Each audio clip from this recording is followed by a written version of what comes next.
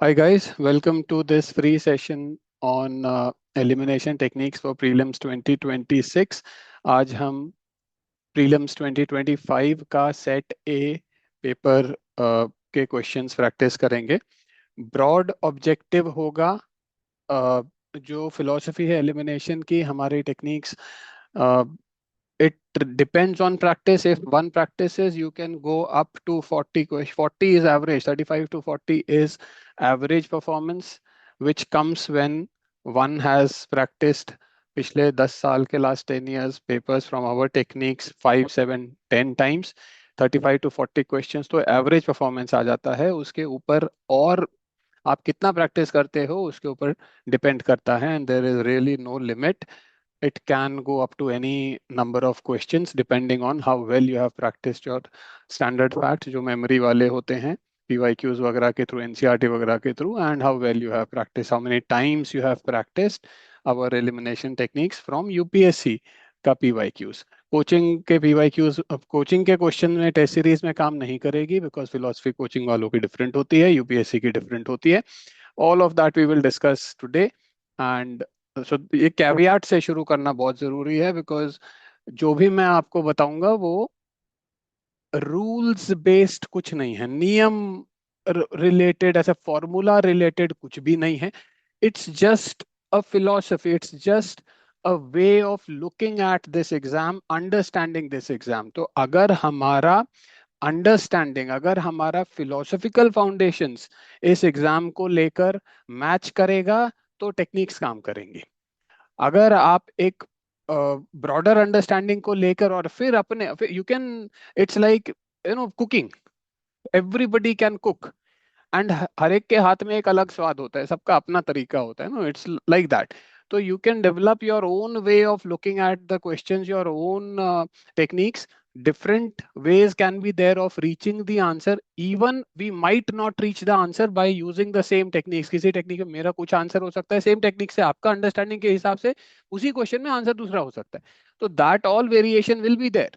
लेकिन अगर philosophical foundations ठीक है, अंडरस्टैंडिंग ठीक है, और प्रैक्टिस अगर अच्छे से किया है, विच शुड बीन एटलीस्ट 10 बार प्रैक्टिस करना है. अब तो 10 साल के क्वेश्चन तो नहीं कर पाओगे, इतना समय नहीं है, बट कम से कम पिछले 3-4 साल के तो पेपर करो 8-10 बार अगले एक हफ्ते में. And I am guaranteeing you, you will be able to do, if not more, कम से कम 20 से 25 क्वेश्चन तो कर लोगे अगर पिछले 3-4 साल के पेपर 10 बार आज के सेशन में जो भी मैं बताऊंगा उसके हिसाब से करोगे तो. ठीक है, तो हम शुरू करते हैं फिलोसफिकल फाउंडेशन से कि हमारा जो लाइन ऑफ थॉट है, हम रूल्स बेस्ड नहीं है, हम कैसे चलते हैं. तो देखो, ये जो सिविल सर्विसेज का एग्जाम है, आप सबको पहले ही पता है कि सबकी अलग अलग फील्ड हो सकती है. कोई भी एजुकेशन ग्रेजुएशन का हो सकता है, किसी भी फील्ड का. Everybody is welcome to join. So what is that one commonality that is required, because paper तो एक ही आएगा ना सबके लिए, हर फील्ड के बच्चे के लिए. तो पेपर सेम आना चाहिए. At the same time that paper should be equally, like in a range more or less equal for everyone. ठीक है, तो इसको सिंपली हम क्या बोलते हैं? Level playing field. Level playing field एक रेंज में किसी के लिए ठीक है, थोड़ा 19-20 का फर्क हो सकता है, कुछ थोड़ा कम मुश्किल आसान में थोड़ा हो सकता है 19-20 का फर्क, लेकिन ब्रॉडली एक रेंज में सबके लिए सेम रहेगा. ये लेवल प्लेइंग फील्ड की फिलॉसफी यूपीएससी के लिए बहुत इंपॉर्टेंट है, एंड ये अक्नॉलेज्ड है. न्यूज़पेपर में आ चुका है, यूपीएससी के चेयरमैन का स्टेटमेंट है कि हम हर हाल में लेवल प्लेइंग फील्ड मेंटेन करने की हमारी कोशिश रहती है. ठीक है, तो लेवल प्लेइंग फील्ड मेंटेन रखना है उसने. अभी मैंने जो आपके चैनल में एक वो भेजा है, एक स्क्रीनशॉट भेजा है, उसको खोल लो सब लोग.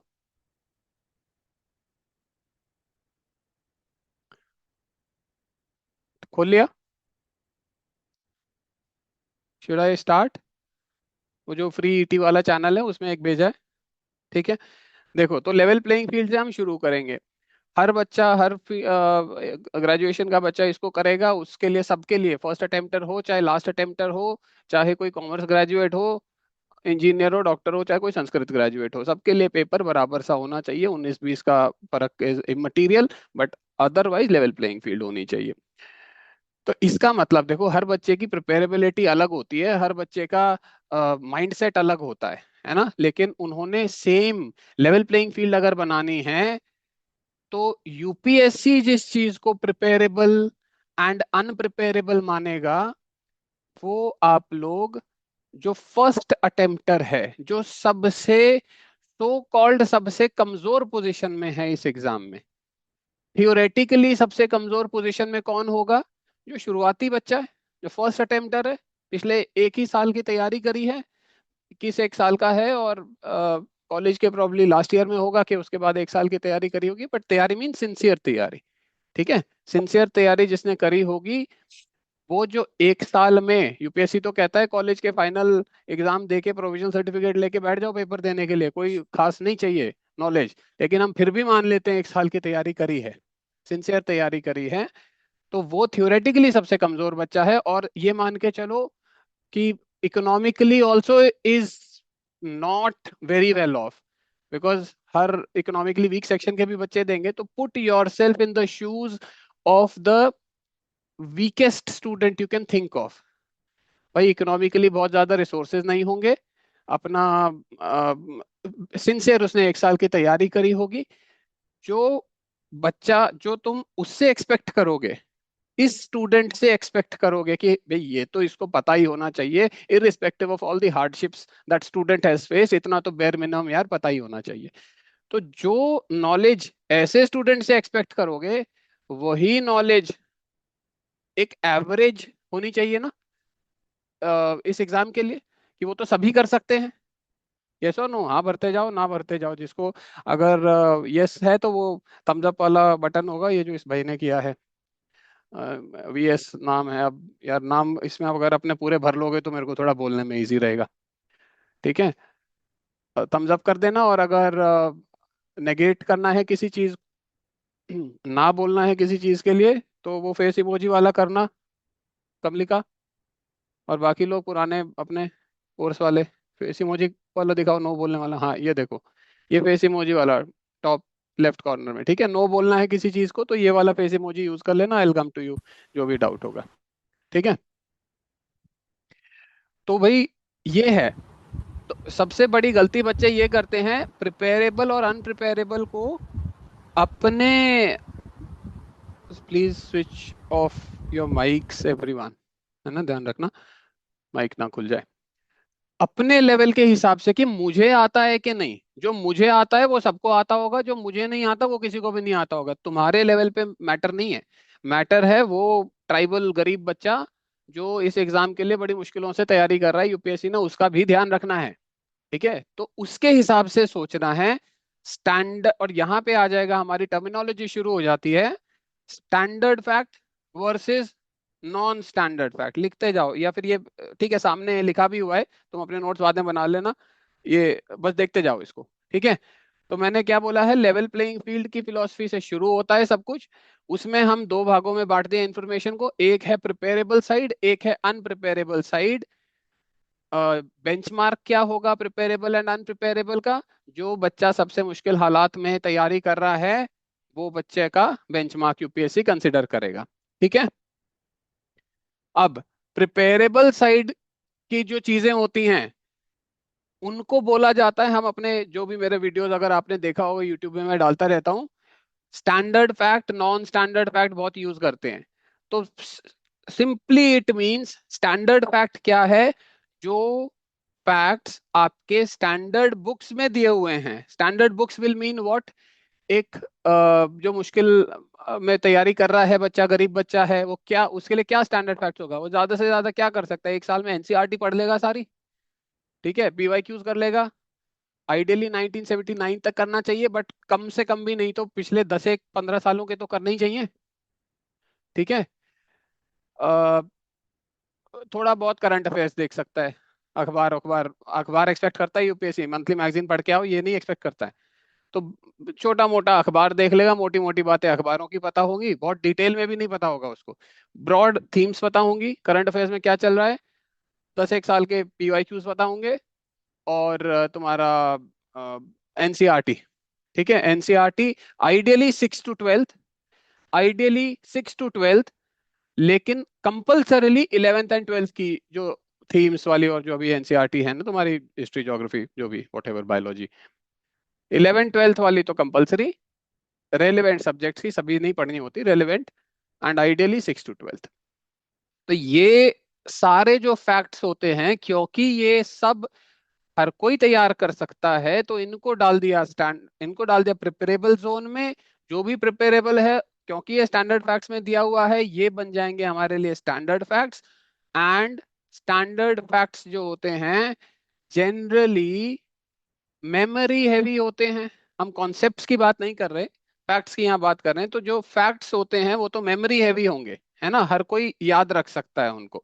वर्सेस दूसरे टाइप के जो फैक्ट्स आते हैं पेपर में, वो आपके बहुत ही random, out of the blue facts आएंगे। कोई बहुत डीप पूछ लेगा, कुछ भी पूछ लेगा, ठीक है, anything which is coming beyond these standard preparable sources, इनको हम क्या बोलते हैं, नॉन स्टैंडर्ड। सीधी बात है। और नॉन स्टैंडर्ड क्या है, अनप्रिपेरेबल है। ये किसके लिए, गरीब ट्राइबल फर्स्ट अटेम्प्टर स्टूडेंट के लिए, ठीक है, जो भी मुश्किल हालात में तैयारी करे, not for you personally, otherwise वो बेंचमार्क ही नहीं रहेगा ना, सबके लिए अलग अलग हो जाएगा। तो उस बच्चे के लिए जो शुरुआती है, उसके हिसाब से सोचना हमको। तो नॉन स्टैंडर्ड है जो भी आउट ऑफ द ब्लू आ गया।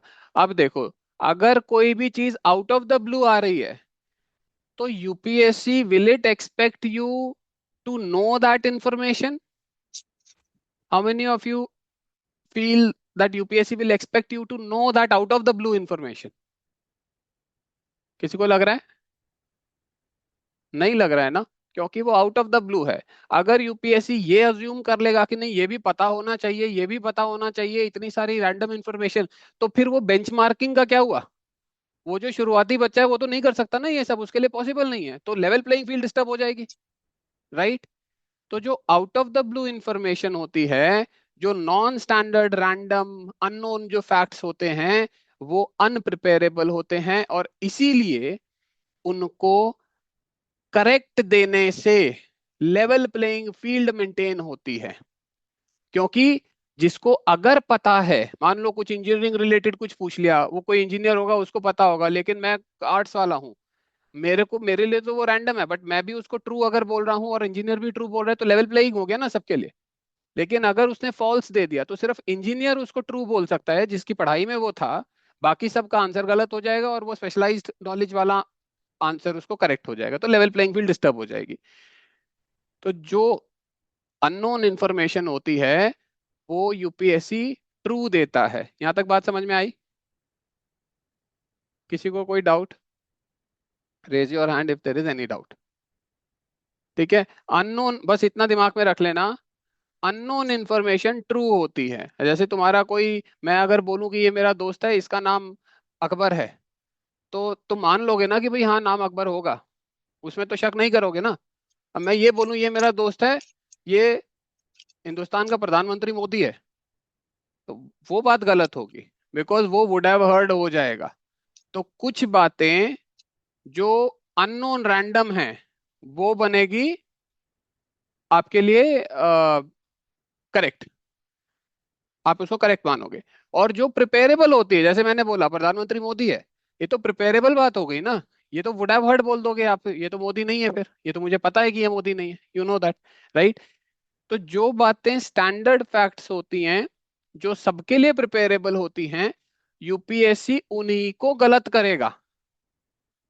क्योंकि किसी भी चीज को गलत बोलने के लिए इंफॉर्मेशन चाहिए होती है, यस और नो? अगर किसी चीज को आपने नेगेट करना है, उसको किसी बेसिस पे नेगेट करोगे ना। जब आपके पास कोई बेसिस ही नहीं है, तो आप तो उसको ट्रू ही मानोगे, ऐसे ही लाइफ जी जाती है, ठीक है। हम हर अननोन चीज को गलत नहीं बोल सकते, नहीं तो जिंदा नहीं रह सकते। तो अननोन चीज जो है, अनलेस प्रूवन फॉल्स, हम उसको ट्रू मानते हैं। और जो नोन चीजें होंगी, अगर गलत देना है तो उसी नोन चीजों में से देगा। यहां तक बात समझ में आई? अग्री कर रहे हो सब लोग? तो अगर आप, अगर फैक्ट को यूपीएससी ने दिया है, वो फैक्ट अगर स्टैंडर्ड है, प्रिपेरेबल साइड का है, मेमोरी हैवी है, तो वो क्या करने की ज्यादा संभावना होती है? Bye probability, most number of times ऐसे फैक्ट्स यूपीएससी गलत देता है। क्योंकि दूसरे जो फैक्ट्स होते हैं वो रैंडम होते हैं, रैंडम फैक्ट तो गलत दे नहीं सकता, वो तो उसे करेक्ट ही देने हैं। तो गलत कौन से देगा, उसके लिए बचते हैं स्टैंडर्ड फैक्ट्स जो प्रिपेरेबल होते हैं। यहां तक बात समझ में आई? ठीक है, तो स्टैंडर्ड फैक्ट्स मतलब जनरली फॉल्स, जनरली फॉल्स। इसी को SFUW लिखा हुआ है आपके जो स्क्रीनशॉट है। Standard fact usually wrong, SFUW मतलब standard facts usually wrong, they are usually wrong. लेकिन उसी के साथ में देखो XISF भी लिखा है रेड में। XISF का मतलब है extremely important standard facts, extremely important standard facts.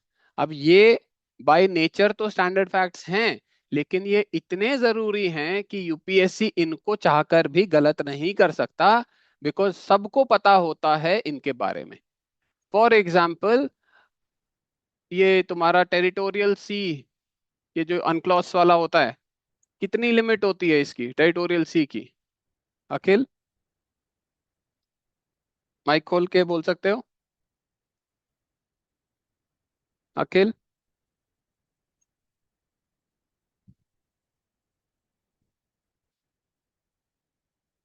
आशीष, माइक खोलना पड़ेगा।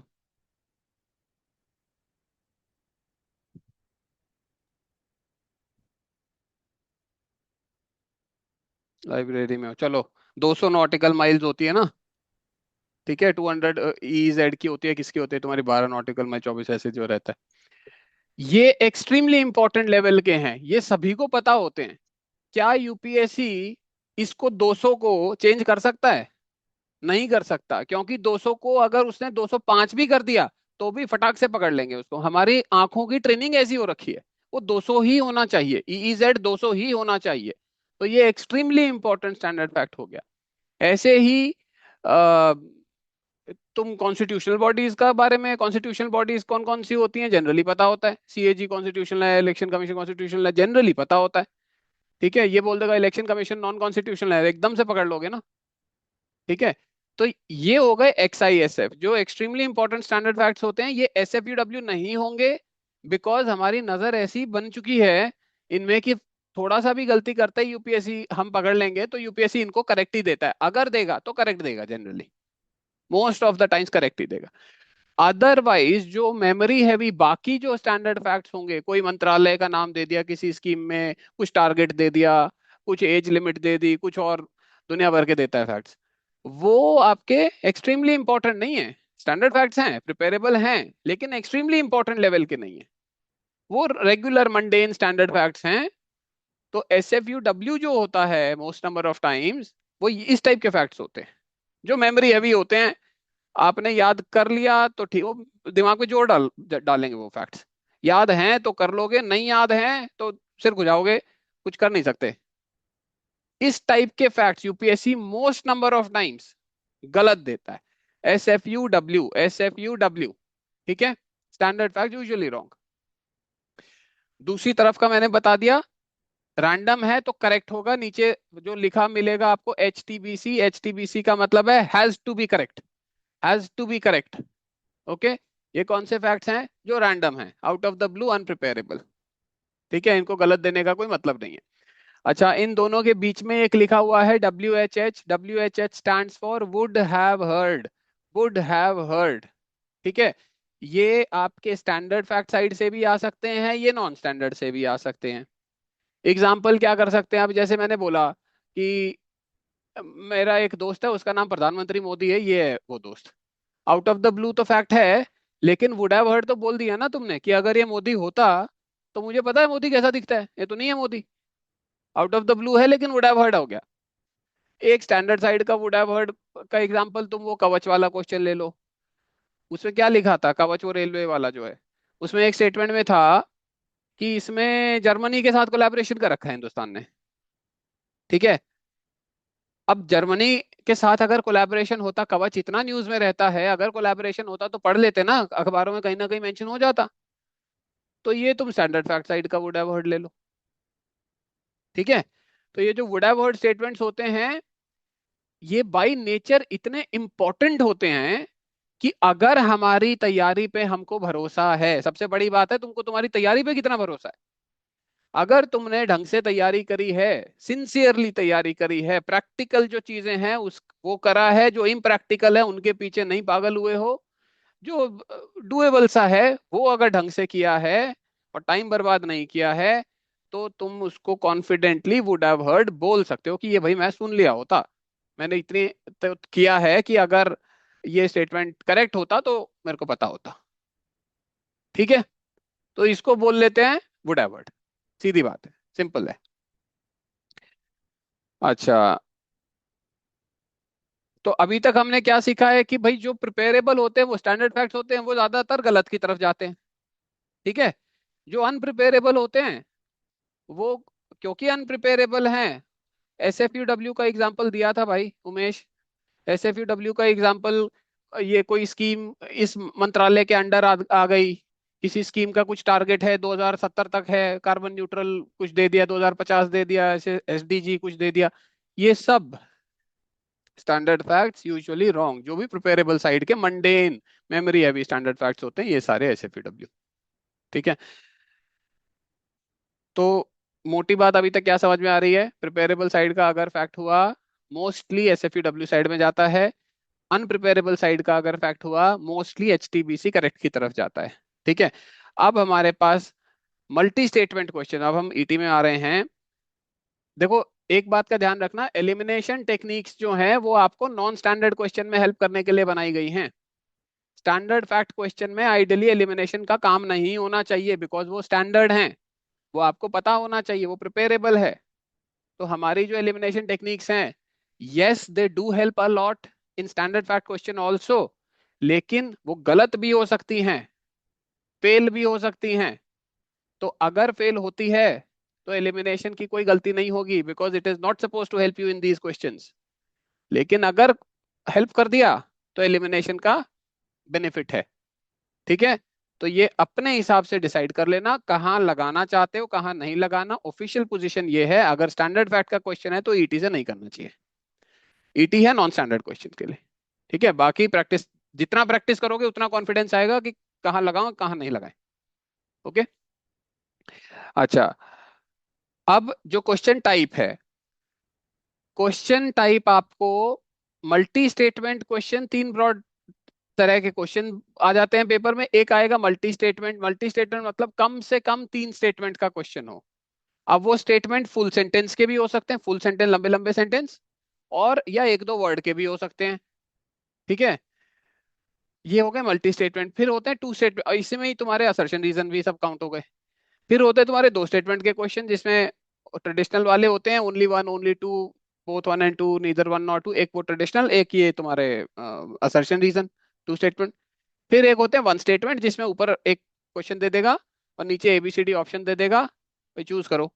ठीक है, ये योग वशिष्ठ थे क्या थी, ये बुक किसने लिखी है, एबीसीडी, इस टाइप के जो क्वेश्चन होते हैं ये तुम्हारे वन स्टेटमेंट क्वेश्चन हो गए। मल्टी स्टेटमेंट क्वेश्चन पे अगर हम जाएंगे, देखो, अगर एक क्वेश्चन में हायरार्की है, अब यहाँ पे देखो नीचे हायरार्की लिखा हुआ है स्क्रीनशॉट में। हायरार्की का मतलब हुआ there is a mix of preparable and unpreparable facts in a question. समझ गए? ये खासकर कि मल्टी स्टेटमेंट क्वेश्चन के लिए लागू होता है। टू स्टेटमेंट और वन स्टेटमेंट की अलग बात है, मल्टी स्टेटमेंट की बात कर रहे हैं हम। अगर बहुत सारा इंफॉर्मेशन दिया हुआ है, मोस्टली क्या होता है पेपर में, कुछ प्रिपेरेबल होता है और उसमें से कुछ अनप्रिपेरेबल होता है। इतना अग्री कर रहे हो सब? तो हम अगर ऐसा सिचुएशन होता है तो हमने इसको क्या बोल दिया, हायरार्की है। यहाँ पर क्वेश्चन में हायरार्की है कि कुछ प्रिपेरेबल है कुछ अनप्रिपेरेबल है। अब हायरार्की सिर्फ फैक्ट्स के ऊपर नहीं होती, टोन के ऊपर भी होती है। स्टेटमेंट किस तरीके से लिखा है, कोई स्टेटमेंट सॉफ्ट तरीके से लिख दिया, कोई स्टेटमेंट बहुत ही कॉन्क्रीट हार्ड टोन में लिखा गया, एकदम फॉर्मल तरीके से लिखा। टोन की भी हायरार्की होती है, अलग अलग तरीके की हायरार्की हो सकती है, ये तुम जितना प्रैक्टिस करोगे उससे पता चलेगा। बट मोस्टली 70 to 80 90% में फैक्ट की हायरार्की होती है। कुछ फैक्ट्स पता होते हैं, कुछ स्टैंडर्ड फैक्ट्स होते हैं, कुछ नॉन स्टैंडर्ड फैक्ट्स होते हैं। जहां ये हायरार्की दिखी तुम्हें, जो कि मोस्टली क्वेश्चन में होगी, वहां पर एक्सट्रीम एंड्स वाले ऑप्शन नहीं होंगे। To start with let us से एओटा एंड नोटा। एओटा मतलब all of the above, NOTA मतलब नन ऑफ द अबव। ये दो ऑप्शंस तो आंसर नहीं होंगे जहां हायरार्की है। इसको थोड़ा मैं दोबारा बोलूंगा, ठंडे दिमाग से समझना और हाँ या ना भरना। समझ में आया कि नहीं? जहां हायरार्की है पेपर में, कुछ फैक्ट्स पता है, कुछ फैक्ट्स नहीं पता, इसका मतलब कुछ फैक्ट्स सही होंगे, कुछ फैक्ट्स गलत होंगे। ऐसे हायरार्किकल क्वेश्चन में एओटा, नोटा तो आंसर नहीं होने चाहिए, इन पे तो सीधा काटा मारना चाहिए। ये बात आई समझ में? पल्ले पड़ गई? ठीक है, एकदम क्लियर। और जहां हायरार्की नहीं है, जहां सारे फैक्ट्स तुम एकदम क्लियरली बता सकते हो कि ये तो सारे प्रिपेरेबल साइड के हैं या सारे अनप्रिपेरेबल साइड के हैं, जहां हायरार्की नहीं है वहां आंसर एओटा नोटा में से हो सकता है, क्योंकि सारे गलत और सारे सही हो सकते हैं ना, हायरार्की नहीं है। बात समझ में आई? ठीक है, तो अभी देखो नीचे क्या लिखा है। अगर हायरार्की है, मतलब कुछ चीजें पता हैं, कुछ चीजें नहीं पता, तो कुछ चीजें सही होंगी, कुछ चीजें गलत होंगी। ऑफ कोर्स, इसका मतलब एओटा नोटा आंसर नहीं होना चाहिए, ये पहला बात। एओटा नोटा को तुम एक्सट्रीम एंड्स भी बोल सकते हो। अब कई क्वेश्चन में नोटा नहीं दिया होता, अगर चार स्टेटमेंट है तो उसमें लिखा होगा 1 2 3 4। जरूरी नहीं है ना कि अगर तीन है तो बोल सकता है, या दो स्टेटमेंट्स या मान लो तीन भी हैं तो भी नोटा एओटा 2 3 ऐसे दे दिया। बट कुछ क्वेश्चन में 1 2 3 4 भी दे सकता है। ठीक है, तो एक्सट्रीम एंड्स भी बोल दो। अगर 1 2 3 4 दिया है या 1 2 3 ऑल दिया है, तो एओटा तो एक हो गया और एक हो गया 1, तो यहाँ पे नोटा की जगह ले लेगा 1। समझ में आई बात? अगर हायरार्की है, अगर हायरार्की है तो एक्सट्रीम एंड वाले जो ऑप्शंस होते हैं, चाहे वो एओटा नोटा हो, चाहे और कुछ भी हो, मान लो 7 स्टेटमेंट दे दिया लेकिन दिया है 2 3 4 5, only 2 only 3 only 4 only 5, statement 7 दिए हैं क्वेश्चन में, तो एक्सट्रीम एंड क्या हो गया? 2 एंड 5। तो एक्सट्रीम एंड वाले हटा दो अगर हायरार्की है तो। आंसर होना चाहिए बचे हुए में से। अब बचे हुए में कैसे सिलेक्ट करोगे? अगर क्वेश्चन ज्यादा प्रिपेरेबल साइड की तरफ झुकाव है, स्टैंडर्ड फैक्ट्स की तरफ झुकाव है, तो हमने क्या सीखा था? SFUW। अगर स्टैंडर्ड फैक्ट्स हैं तो वो गलत की तरफ ज्यादा जाएगा, क्योंकि मेमोरी हैवी, क्योंकि प्रिपेरेबल। तो अगर क्वेश्चन का झुकाव प्रिपेरेबल साइड की तरफ है, स्टैंडर्ड फैक्ट साइड की तरफ है, तो जो बचे हुए ऑप्शंस हैं उनमें से लोअर एंड वाले पे जाओ। मैं रिपीट करता हूं, अगर क्वेश्चन का झुकाव, हायरार्की है क्वेश्चन में, हायरार्की है तो हमने एक्सट्रीम्स हटा दिए, चाहे जो भी एक्सट्रीम्स हैं वो हटा दो। जो बच गए ऑप्शंस, उसमें एक कम होगा एक ज्यादा होगा, तो किस पे जाओ? कम वाले पे जाओ कि ज्यादा वाले पे जाओ? ये क्वेश्चन का झुकाव डिसाइड करेगा। अगर क्वेश्चन का झुकाव स्टैंडर्ड फैक्ट की तरफ है, प्रिपेरेबिलिटी की तरफ है, तो SFUW ज्यादा होगा ऑफ कोर्स। तो इसका मतलब गलत ज्यादा होंगे, तो हम कम वाले की तरफ जाएंगे। ठीक है, और अगर क्वेश्चन का झुकाव अनप्रिपेरेबिलिटी की तरफ है, रैंडमनेस की तरफ है, तो HTPC, अगर रैंडम है तो HTPC होता है, हैज टू बी करेक्ट, तो हम हायर एंड वाले ऑप्शन पे जाएंगे। समझ में आई बात? किसी को डाउट है तो अभी बोलो।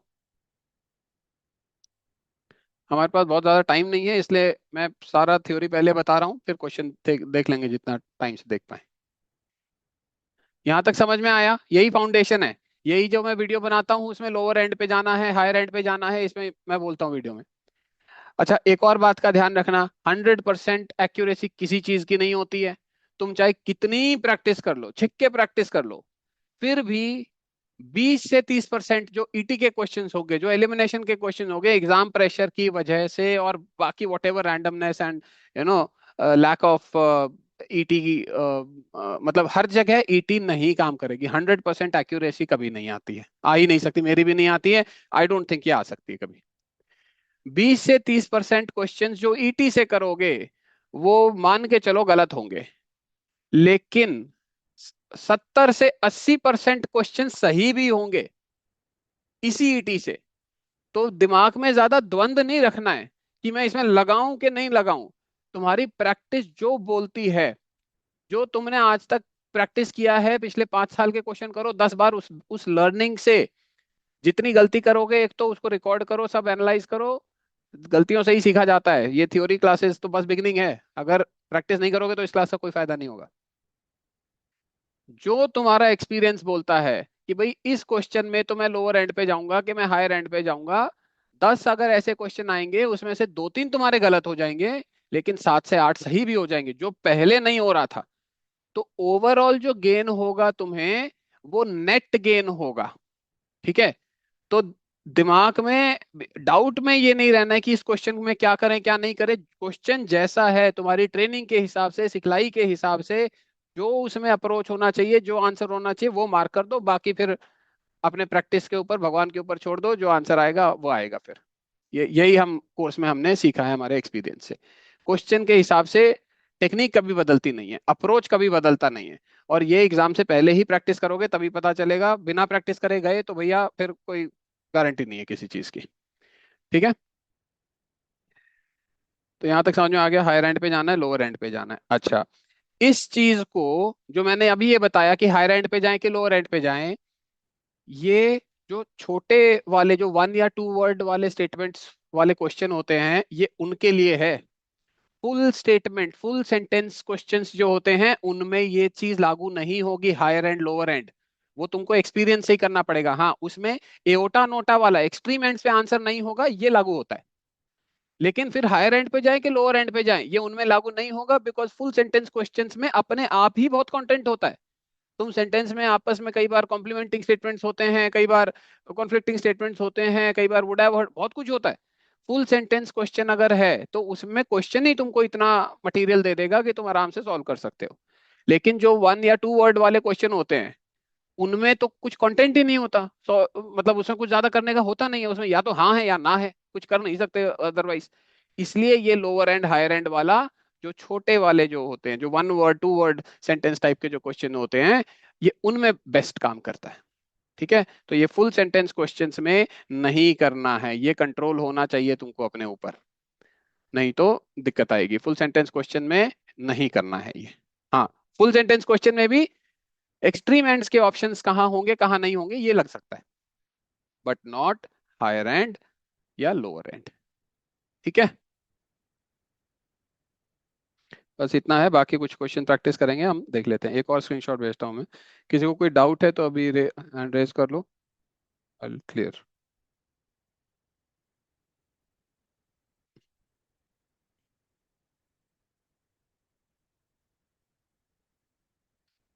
कोई डाउट नहीं है यार, इतना अच्छा तो मैं नहीं पढ़ाता हूँ वैसे। अब मुझे डाउट होता है, जब बच्चों को डाउट नहीं होता तो मुझे डाउट होने लगता है फिर। ठीक है। जो कैमरा खोल सकते हैं, please open your camera.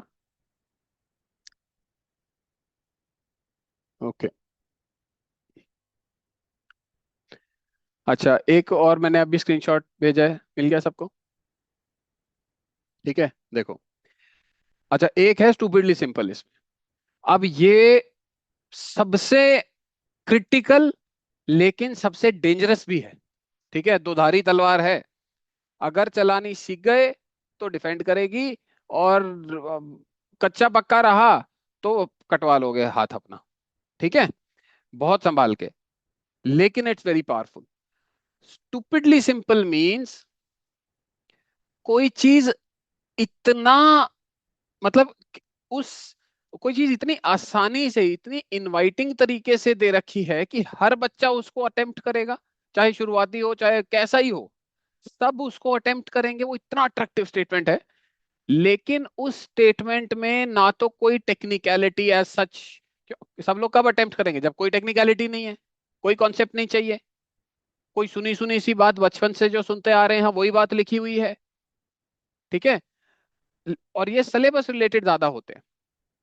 Non standards अगर आया कोई चीज, मान लो एक स्टेटमेंट था, India does not import apples from USA, 24 का स्टेटमेंट था, 24 का 2024, India does not import apples from USA. अब ये नॉलेज का तो स्टेटमेंट नहीं है, सिलेबस का तो नहीं है, out of the blue random statement है, और इसको हर बच्चा अटेम्प्ट भी करेगा। तो हम क्या, स्टूपिडली सिंपल का आइडियली मतलब ये होता है, क्योंकि हर बच्चा उसको अटेम्प्ट कर रहा है, क्योंकि वो इतना सिंपल स्टेटमेंट है, उसमें 2 नंबर मिलना या वट एवर बेनिफिट, वो कॉस्ट बेनिफिट रेशियो जस्टिफाइड ही नहीं है। उसको उसके नंबर तुमको मिलने का तुमने मेहनत ही नहीं करी हुई है। हर एक नंबर पसीने से आना चाहिए, मेहनत से आना चाहिए। जो भी गेन कर रहे हो, अगर उतना एफर्ट, चाहे तुम्हारा एग्जाम से पहले कोई चीज याद करी हो वो एफर्ट हो, चाहे एग्जाम में तुमने लॉजिक, कॉमन सेंस, सीटी प्रैक्टिस, वट एवर, तुमने अपना पसीना बहाया है, प्रैक्टिस करी है, उस मेहनत से जो रिवॉर्ड मिल रहा है वो तुम्हारा है, वो हकदार हो तुम उसके। लेकिन जो चीज के तुम हकदार नहीं हो, और वो चीज अगर तुमको फ्री के नंबर मिल रहे हैं, वो है स्टूपिडली सिंपल। उसमें हम क्या करेंगे, जो दुनिया करेगी उसका ऑपोजिट जाएंगे हम। जो दुनिया करेगी उसका ऑपोजिट जाएंगे। एग्जाम्पल है, 24 में एक स्टेटमेंट आया था, the concept of stupa is Buddhist in origin. The concept of stupa is Buddhist in origin. अब ये स्टेटमेंट हर कोई करेगा अटेम्प्ट, बिना पढ़े इसको ट्रू बोलेंगे, क्योंकि स्तूपा तो बुद्धिस्ट ही होते हैं, ये असम्पशन है। लेकिन क्या ये स्टेटमेंट, अच्छा, और एक और ये होता, अगर वो स्टेटमेंट मान लो तुमको पूरा क्वेश्चन ही दे रहा है, वो स्टेटमेंट इस तरीके से ऑप्शंस में दिया हुआ है कि उसको सही या गलत करने से, what ever mostly people will do, वो करने से सीधा आंसर आ रहा है, वो 2 नंबर आ रहे हैं उस क्वेश्चन के, तब तो ये मान लो पक्का ही गलत है। मतलब ये बिल्कुल ही गारंटी हो गया कि स्टूपिडली सिंपल है, बिकॉज वो क्वेश्चन का रिवॉर्ड तुम्हारे एफर्ट को मैच नहीं कर रहा। तो the concept of stupa is Buddhist in origin. अब देखो क्या किया यूपीएससी ने, ऑपोजिट गया, सब सब लोग क्या बोलेंगे, ट्रू, यस ट्रू। लेकिन यूपीएससी ने उसको फॉल्स किया। सब सब्जेक्ट में होता है ऐसे, हिस्ट्री, ज्योग्राफी, तुम कोई सब्जेक्ट ले लो, सब में one statement question, two statement multi state, सब में मिलेंगे तुमको। टू स्टेटमेंट में तो सबसे ज्यादा, अगर स्टूपिडली सिंपल पे जिसका ग्रिप आ गया टू स्टेटमेंट क्वेश्चन में, बड़े सुख में रहेगा वो। नहीं तो टू स्टेटमेंट क्वेश्चन बड़े डाइसी हो जाते हैं, खास करके ट्रेडिशनल ऑप्शंस वाले जो होते हैं। ठीक है।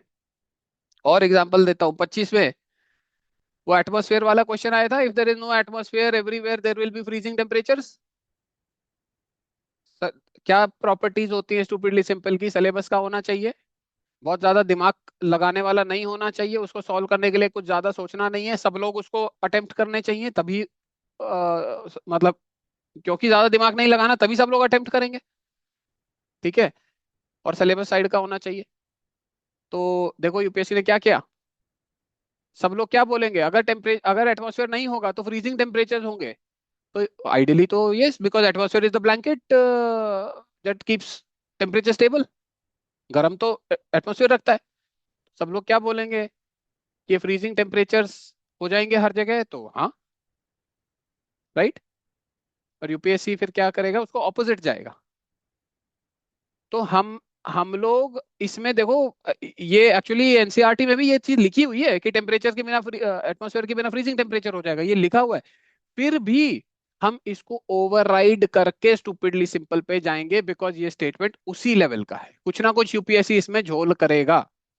ऐसे ही एक रेड सी वाला स्टेटमेंट आया था, no water flows into Red Sea from streams, ऐसे करके कुछ एक था 24 का। उसको भी हर कोई अटेम्प्ट करेगा।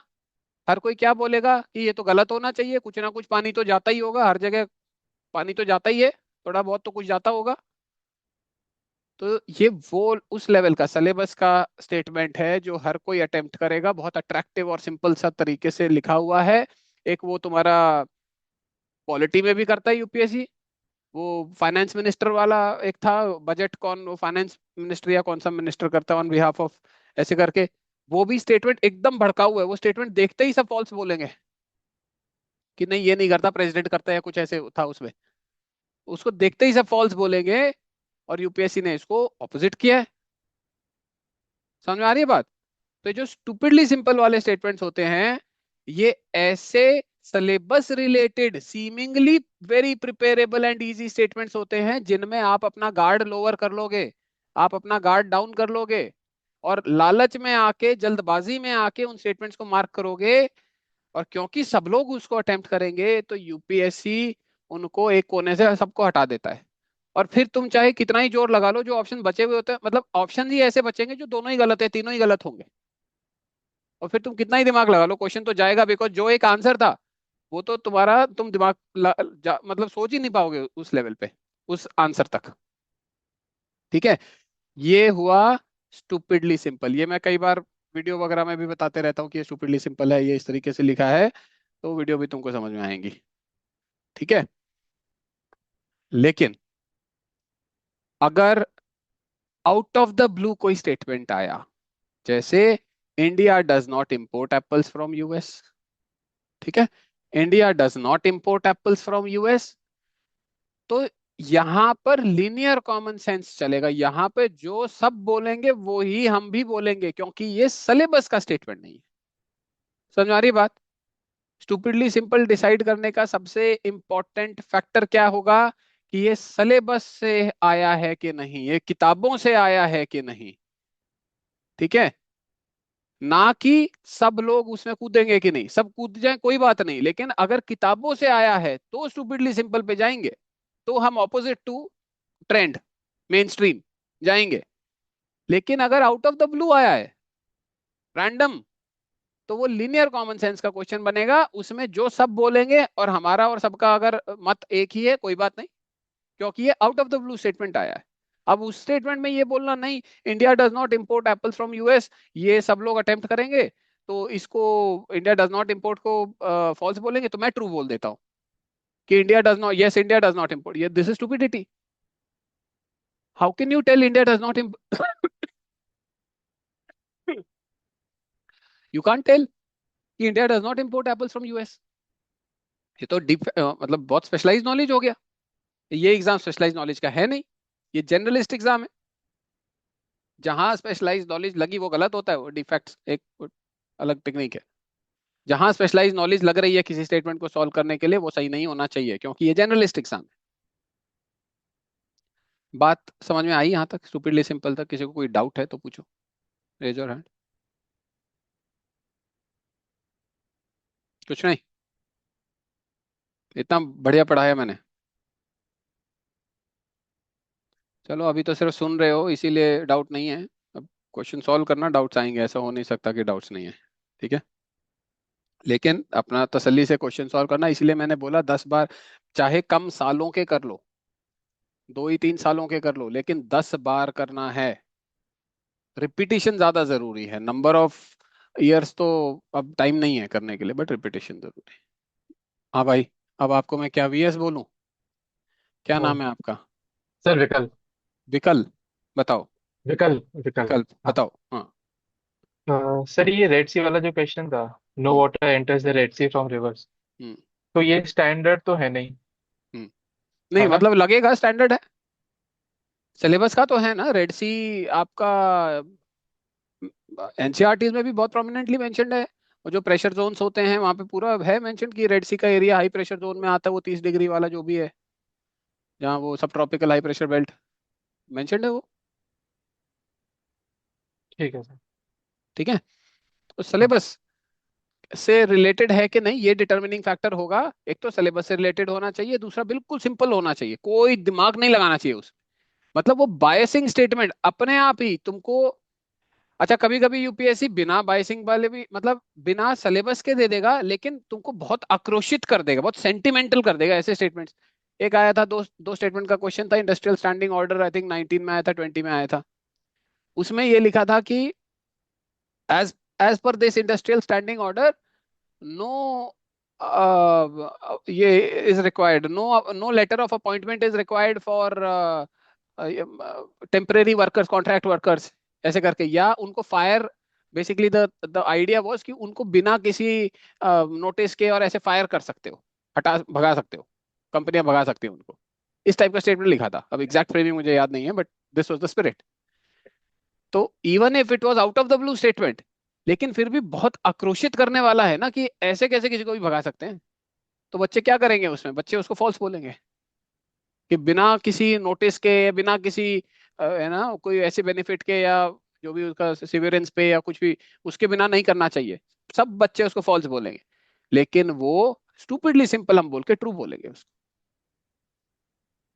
ठीक है, ये प्रैक्टिस से आएगा। देखो इसमें कोई, मैंने बोला था कि कोई नियम बेस, हमारा जो टेक्निक्स है वो भाई एक्सपीरियंस बेसिस पे है, फिलोसफिकल बेसिस पे। अगर बस पहले मैच होना चाहिए फिलोसफी का, अगर फिलोसफी मैच होती है तो उसके बाद सिर्फ प्रैक्टिस है तुम्हारी।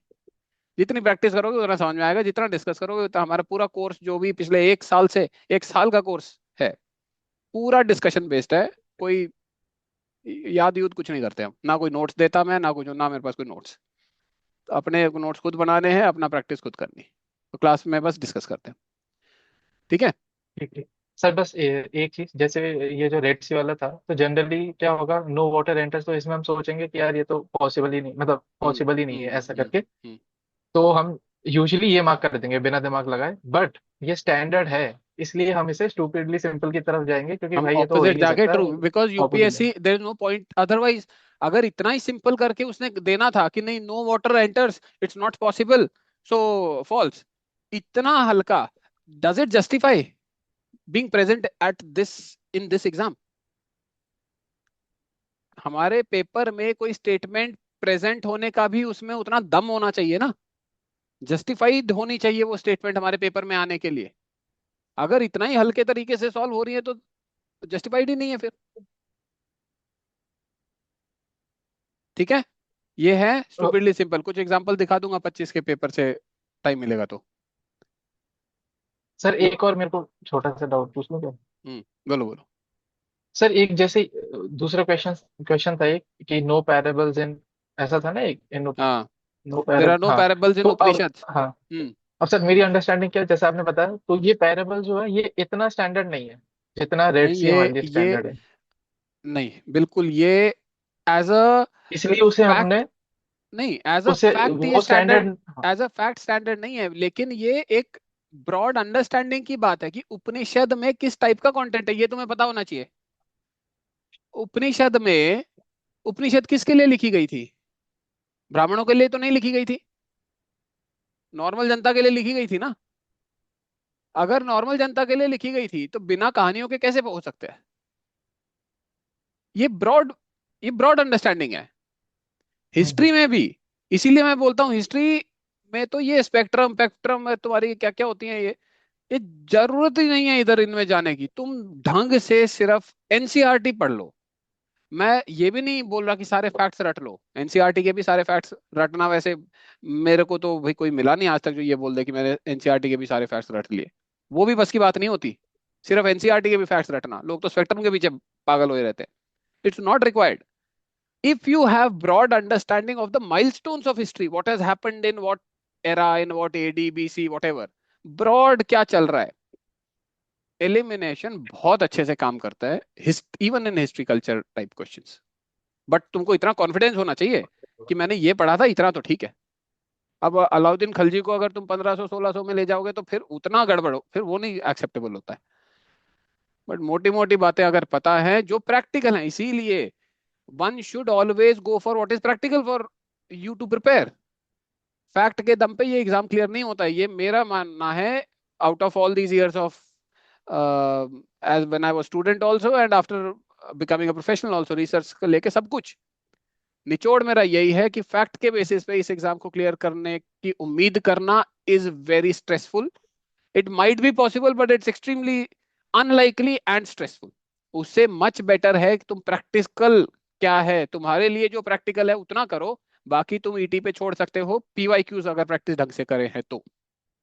ये काफी मेरे को वो मिला है फीडबैक, स्टूडेंट फीडबैक भी, मेरा खुद का रिसर्च भी। तो that's the best way of attempting prelims, उससे तुम्हारा टाइम बचेगा मेंस वगैरह के लिए, बाकी चीजों के लिए, फिर ठीक से तैयारी हो पाती। चलो खैर, एनीवेज, समझ में आ गया, स्टूपिडली सिंपल और ये सारा मोटा मोटा, ठीक है। अच्छा, वन स्टेटमेंट क्वेश्चन इसी में देख लो, तुमको जो मैंने अभी स्क्रीनशॉट भेजा है, वन स्टेटमेंट क्वेश्चन में भी सेम अप्रोच होती है। ध्यान बस ये रखना है, जो ऑप्शंस दिए होंगे उसमें से कई बार would have heard stupidly simple होता है उन स्टेटमेंट्स में, ये प्रैक्टिस से दिख जाएगा, बिना प्रैक्टिस के मुश्किल होता है, जितना प्रैक्टिस करोगे उतना अच्छे से दिखेगा। वुड हैव हर्ड कई बार इंफॉर्मेशन दिया होता है, कई बार स्टूपिडली सिंपल भी इंफॉर्मेशन दिया होता है। ये सब हटाने के बाद जो बचे हुए स्टेटमेंट्स होते हैं, मतलब वो रेलेवेंट हैं वो स्टेटमेंट्स, सिलेबस रेलेवेंट मतलब क्या, सिलेबस रिलेटेड, ठीक है। तो जो बचे हुए स्टेटमेंट्स होते हैं उनमें से जो एमआईपी, एमआईपी मतलब मोस्ट इंपॉर्टेंट और पॉपुलर, अगर कोई ऐसा क्वेश्चन आता है वन स्टेटमेंट क्वेश्चन में किसी भी सब्जेक्ट का हो, जो तुम्हें नहीं पता, लेकिन मतलब बाय फैक्ट नहीं पता, लेकिन तुम्हारी प्रैक्टिस इतनी है कि तुम उस क्वेश्चन का डिस्क्रिप्शन उसको थोड़ा ठीक से पढ़ो, 2 बार पढ़ो, 3 बार पढ़ो, हिंट होता है ऊपर किस तरीके से दिया है, टोन कैसा है, यूपीएससी ने एक्स्ट्रा वर्ड्स क्या दे रखे हैं, बहुत सारी चीजें हैं। अब महाभाष्य वाला था, प्ले राइट महाभाष्य, याद है, महाभाष्य नहीं Bhasa, one statement question, which of the following was written by playwright Bhasa, उसमें था, एक था महाभाष्य, एक ऑप्शन। अब देखो महाभाष्य तो स्टूपिडली सिंपल हो गया, क्योंकि नाम ही भाषा है, तुम भाषा महाभाषा लिखना बहुत मुश्किल है, क्योंकि क्वेश्चन एकदम आउट ऑफ द ब्लू आया है। जो स्टूडेंट अनट्रेन्ड माइंड है, जिसने ईटी प्रैक्टिस नहीं किया हुआ है, वो बहुत लाइकली है महाभाषा को क्लिक करने के लिए, टिक करने के लिए, वो क्योंकि नाम भाषा है तो नीचे महाभाषा, ठीक है, महाभाषा हो गया स्टूपिडली सिंपल। फिर एक ऊपर क्या लिखा था, प्ले राइट, प्ले, प्लेज लिखते हैं ये। तो अब रिस्क की बात है, अगर रिस्क ले सको, जो कि ले सकते हो ऐसे क्वेश्चंस में, एक था काव्य अलंकार, और एक और कुछ था उसमें, कोई वो काव्य अलंकार जो है, काव्य हो गया, काव्य तो कविता होती है, इट्स नॉट प्ले, तो वो डायरेक्टली नहीं मैच हो रहा है, बहुत मुश्किल है वो आंसर। और ऐसे ही एक और ऑप्शन था जिसमें कुछ ना कुछ मिस्टेक हो रही थी, अब मुझे वो नाम याद नहीं है उसका। नाट्य शास्त्र। नाट्य शास्त्र, नाट्य शास्त्र तो ये डांस का होता है ना, आई थिंक ये डांस का बुक होती है, ये तो नॉलेज से पता होना चाहिए, नाट्य शास्त्र तो इसमें आई भी होगी, पीवाईक्यूज में आई भी होगी। तो ये नाट्य हटा दो, वो काव्य है, ये नाट्य है, और ये, अच्छा उस नाट्य शास्त्र में भी नाटक, नाटक और नाट्य, ये भी स्टूपिडली सिंपल है, नाट्य इज नॉट नाटक, नाटक। ऐसे ही एक क्वेश्चन आया था श्रमणा, श्रमणा क्या है, वो प्रीस्ट करके जो एक था उसमें ऑप्शन, वो गलत था, वो स्टूपिडली सिंपल होगा, बिकॉज सब लोग ये सोचेंगे श्रमणा ही शर्मा, शर्मा जी तो पंडित जी होते हैं, पंडित जी तो पूजा ही करते हैं, ये स्टूपिडली सिंपल, बहुत करता है यूपीएससी ऐसे। लेकिन इसके इसके लिए वो नजर डेवलप होनी पड़ेगी एग्जाम में, बिना प्रैक्टिस के ये सब नहीं होता है, फिर वो दिक्कत होती है। जितनी प्रैक्टिस करोगे उतनी तुम्हारी नजर डेवलप, ये रिफाइनमेंट्स होती हैं स्टेटमेंट्स में, आपस में वो होते हैं। तो जो आंसर होगा वो जनरली एक फॉर्मल स्टेटमेंट होता है और सिलेबस रिलेटेड होता है, उस स्टेटमेंट में ज्यादा इनफॉर्मेलिटी नहीं होती है, और अक्सर जो इनफॉर्मल टोन के जो स्टेटमेंट्स होते हैं वो आंसर होते भी नहीं है, ये भी एक वो होता है। वन स्टेटमेंट क्वेश्चन में जो इनफॉर्मल टोन का स्टेटमेंट है वो अक्सर आंसर नहीं होते हैं, फॉर्मल टोन का रिलेटेड टू सिलेबस आंसर होना चाहिए, एमआईपी होना चाहिए, मोस्ट इंपॉर्टेंट और popular, after removing would have heard, after removing stupidly simple. कई बार एक भी वुड हैव हर्ड नहीं होता, तो आंसर जो 4 ऑप्शन दिए सीधा ही एमआईपी आ जाता है, जैसे फनम का क्वेश्चन था, फनम क्या है, अब जब नाम ही पहली बार सुन रहे हो फनम, तो नहीं पता मतलब क्या है इसका, तो जो बचे जो ऑप्शंस है उनमें से तुम वुड हैव हर्ड तो बोल नहीं पाओगे, तो सीधा ही एमआईपी, एमआईपी कॉइन्स था उसमें, सीधा वही आंसर है, उसमें कोई वुड हैव हर्ड नहीं था। लेकिन कई बार क्वेश्चन ऐसे आते हैं जिसमें 3 3 वुड हैव हर्ड होते हैं, ठीक है, कई बार एक वुड हैव हर्ड, कई बार 2 वुड हैव हर्ड, कई बार 3 वुड हैव हर्ड, कई बार 0 वुड हैव हर्ड। ये प्रैक्टिस है, इसका कोई नियम नहीं है किस क्वेश्चन में कितना होता है, ये सिर्फ प्रैक्टिस, जितने क्वेश्चन देखोगे उतना समझ में आएगा, ठीक है। कई बार ऐसा होता है वन स्टेटमेंट क्वेश्चन में दो ऑप्शन सिमिलर बातें कर रहे होते हैं। तो जब ऐसा होता है कि दो ऑप्शन फॉर्मल लैंग्वेज में सिमिलर थीम पे सिमिलर टॉपिक पे बात कर रहे हैं, तो बहुत हाई चांस बन जाता है कि आंसर उनमें से हो, क्योंकि यूपीएससी ने चार में से दो स्टेटमेंट एक टॉपिक पे इन्वेस्ट कर दिए। तो तुमको उन सिमिलर टॉपिक पे कंफ्यूज करने की कोशिश कर रहा है, उनमें नुआंस निकाल रहा है, तो इसका मतलब आंसर उनमें से होने का चांस हाई हो जाता है। ठीक है। लेकिन कभी कभी क्वेश्चन ऐसे भी हैं जहां दो सिमिलर स्टेटमेंट्स हैं, वही उनमें से आंसर नहीं है। ऐसा भी हुआ है, ये तुम प्रैक्टिस करोगे तो दिखेगा।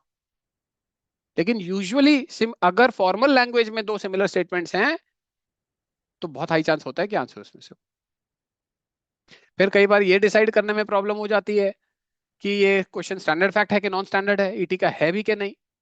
तो एक बहुत बड़ा हिंट ये होता है कि अगर चारों स्टेटमेंट्स बहुत सरफेस लेवल के हैं और अलग अलग थीम्स की बात कर रहे हैं, अलग अलग सब्जेक्ट्स की बात कर रहे हैं, एक एनवायरनमेंट का है, एक फिजिक्स का है, एक कुछ है, एक कुछ है, ज्योग्राफी का, एक साइंस, तो ये तो बिल्कुल ईटी का क्वेश्चन है, नॉन स्टैंडर्ड है, क्योंकि स्टेटमेंट सारे सरफेस लेवल के हैं और अलग अलग फील्ड्स के हैं।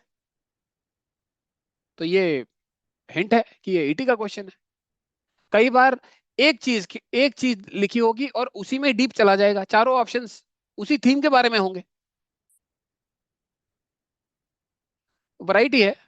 कई बार एक टर्म देगा, कभी कभी मल्टी टर्म दे देगा, कभी कभी समझ में आने वाली टर्म देगा, कभी कभी कुछ नहीं समझ में आएगा, वैरायटी है। ये प्रैक्टिस के साथ दिखेगी, जितना प्रैक्टिस करोगे उतना अच्छे से समझ में आएगा। ठीक है। डाउट? कोई डाउट अभी तक? कुछ नहीं। ठीक है। अभी दिस इज द थ्योरी, बस इतना ही है। जो एलिमिनेशन है, यही है एलिमिनेशन। इसके बाद पूरा प्रैक्टिस। हमारा जो कोर्स है, course is not really just theory. Theory is whoever looks at questions, ये सारे पॉइंट्स तो तुम खुद भी सोच सकते हो, तुम खुद इन्फर कर लोगे। इन पॉइंट्स को इन्फर करना इज नॉट बिग डील, लेकिन उससे कन्विक्शन डेवलप करना इज द बिग डील, और वो कन्विक्शन होती है प्रैक्टिस से।